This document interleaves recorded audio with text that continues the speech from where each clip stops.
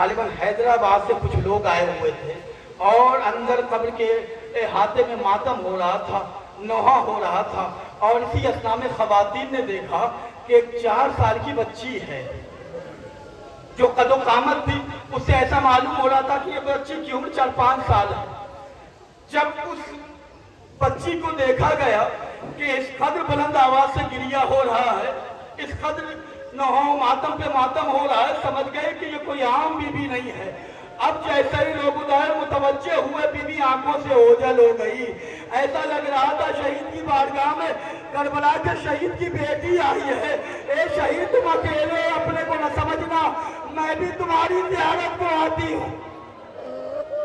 اجرکم اللہ، مولا کوئی غم نہ دے اس کے بارے غم مظلوم کربلا کے۔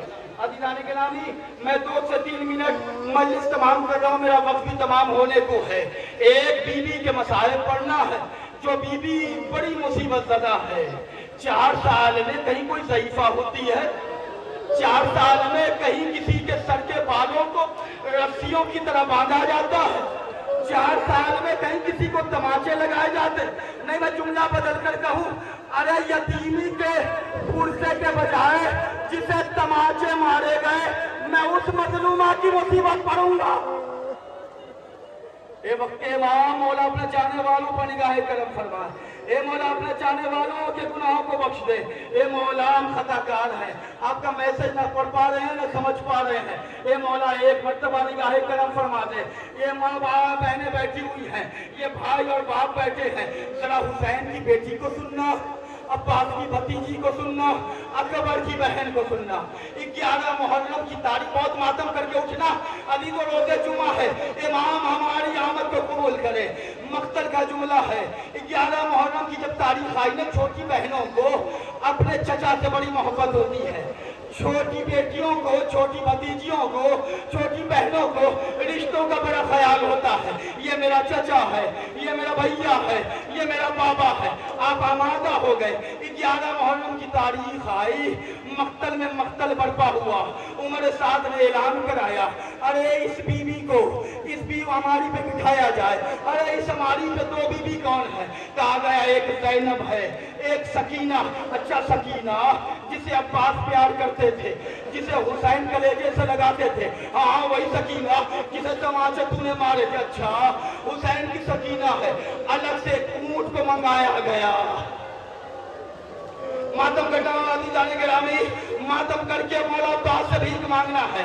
ایک جنگلی اونٹ کو منگایا گیا۔ ارے کیا کرے گا اس پہ؟ ارے ایک ملون آگے بڑھا، بڑی بے دردی کے ساتھ زینب کی اماری کے قریب گیا۔ سکینہ سہمی سہمی، اے پھوپھی اماں مجھے بچا لو، اے پھوپھی اماں مجھے بچا لو۔ زینب کے ہاتھ پسے پشت بندھے تھے۔ اے بیٹی، اللہ تمہاری حفاظت کرے۔ آپ نے اونٹ کو دیکھا ہے، ملون آگے بڑھا، بڑی بے دردی سے اس نے اونٹ سے کھینچا۔ ماتم کرتی ہے اٹھاتا دارو، اس نے بڑی بے دردی سے ہماری سے نیچے کھینچا۔ اب مجھے پتا نہیں ہے سکینہ کیسے زمین پر آئی۔ ایک الگ اونٹ کو منگایا گیا، عزیز و اونٹ کے اوپر سکینہ کو بٹھایا گیا۔ نہیں بٹھایا نہیں گا، مجلس تمام کر رہا ہوں۔ جسے جو مانگنا ہے امام زمانہ سے مانگ لو۔ اے مولا میرے والد بھی باروں نے صحت عطا فرمائیے گا۔ اے مولا جتنے لوگ ہیں سب کی آرزو قبول فرمائیے گا۔ اے مولا ہم سب کو اپنا شیعہ بنا دیجئے۔ اب اس ملون نے بی بی سکینہ کو اماری پہ لٹایا۔ آپ نے اونٹ دیکھا ہے، اونٹ کی پیٹھ پہ ایک کوہان ہوتا ہے، سکینہ کو رسی سے باندھا گیا، اونٹ کو آگے بڑھایا گیا۔ سید سجاد سامنے کھڑے تھے۔ اب جو بہن نے بھائی کو دیکھا، اے بھیا بچا لو، اے بھیا بچا لو، اے بھیا آپ کی بہن۔